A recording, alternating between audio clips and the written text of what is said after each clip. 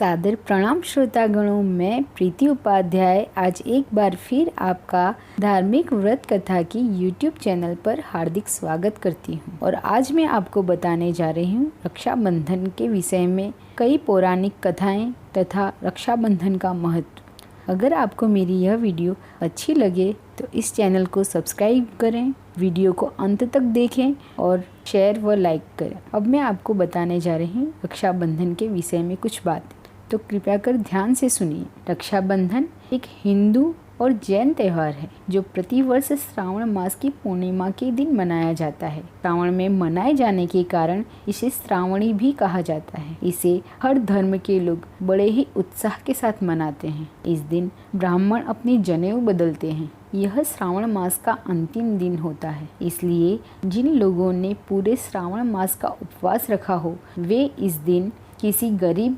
ब्राह्मण या शादीशुदा जोड़े को भोजन कराकर दक्षिणा देते हैं और अपने श्रावण मास के व्रत का उद्यापन करते हैं। ये रक्षाबंधन बहुत खास होने वाला है क्योंकि इस साल रक्षाबंधन पर सर्वार्थ सिद्धि और आयुष्मान दीर्घायु का शुभ संयोग बन रहा है। रक्षाबंधन में राखी या रक्षा का सबसे अधिक महत्व होता है। राखी कच्चे सूत जैसे सस्ती वस्तु से लेकर रंगीन कलावे, रेशमी धागे तथा सोने या चांदी जैसी महंगी वस्तु तक की हो सकती है। रक्षाबंधन यह भाई बहन के रिश्ते का प्रचलित त्योहार है, जहाँ रक्षा का मतलब सुरक्षा और बंधन का मतलब बाध्य है। अर्थात जब बहन अपने भाई की कलाई पर राखी बांधती है तो भाई बहन की सुरक्षा के लिए बाध्य हो जाता है, या यूं कहें कि बहन अपनी सुरक्षा की जिम्मेदारी भाई के कंधों पर डाल देती है और बदले में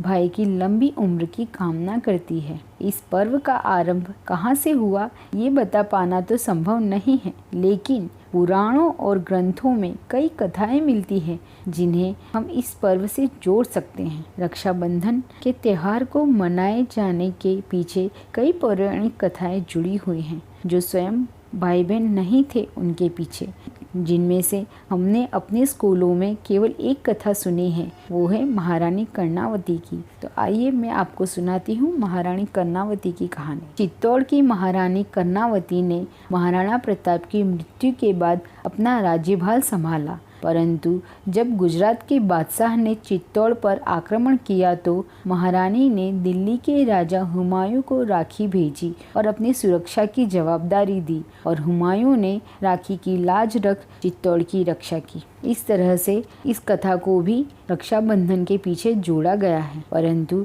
इसके अलावा अन्य भी कई पौराणिक कथाएं जुड़ी हुई हैं रक्षाबंधन से, जो इस प्रकार हैं। सबसे पौराणिक कथा जिनमें है वो यह है, लक्ष्मी जी ने दानवराज बलि को राखी बांधी थी, जिसका विस्तृत वर्णन मैं आपको करके बताती हूँ। तो सुनिए। पौराणिक कथा के अनुसार असुरों के दानवीर राजा बलि ने 100 यज्ञ पूरे करने का प्रण लिया था। यदि राजा बलि के 100 यज्ञ पूरे हो जाते तो वो तीनों लोकों के स्वामी बन जाते। इससे देवतागण चिंतित थे। घबराकर देवराज इंद्र ने भगवान विष्णु से राजा बलि को यज्ञ पूरा करने से रोकने की प्रार्थना की। देवराज इंद्र की बात सुनकर भगवान विष्णु वामन अवतार लेकर बलि के पास पहुँचे। ब्राह्मण वेश धारण कर भगवान राजा बलि के यहाँ भिक्षा मांगने पहुँच गए। जब राजा बलि ने ब्राह्मण बने श्री विष्णु से कुछ मांगने को कहा तो उन्होंने भिक्षा में 3 पग भूमि मांग ली। राजा बलि अपने दान प्रियता के लिए प्रसिद्ध थे। उन्होंने वामन वेश में भगवान को 3 पग भूमि दान में देते हुए कहा कि आप अपने 3 पग से भूमि नाप लें। भगवान ने एक पग से स्वर्ग और दूसरे पग से पृथ्वी को नाप लिया। जब तीसरे पग के लिए भूमि शेष नहीं रही तो बलि ने अपना सिर भगवान के आगे कर दिया और कहा, तीसरा पग आप मेरे सिर पर रख दीजिए। भगवान श्री विष्णु के पैर रखते ही राजा बलि पाताल लोक पहुँच गए। बलि के वचन का पालन करने पर भगवान विष्णु अत्यंत खुश हुए। उन्होंने राजा बलि को कुछ मांगने के लिए कहा। बलि ने भगवान से सदैव अपने सामने रहने का वचन मांग लिया। भगवान विष्णु अपने वचन का पालन करते हुए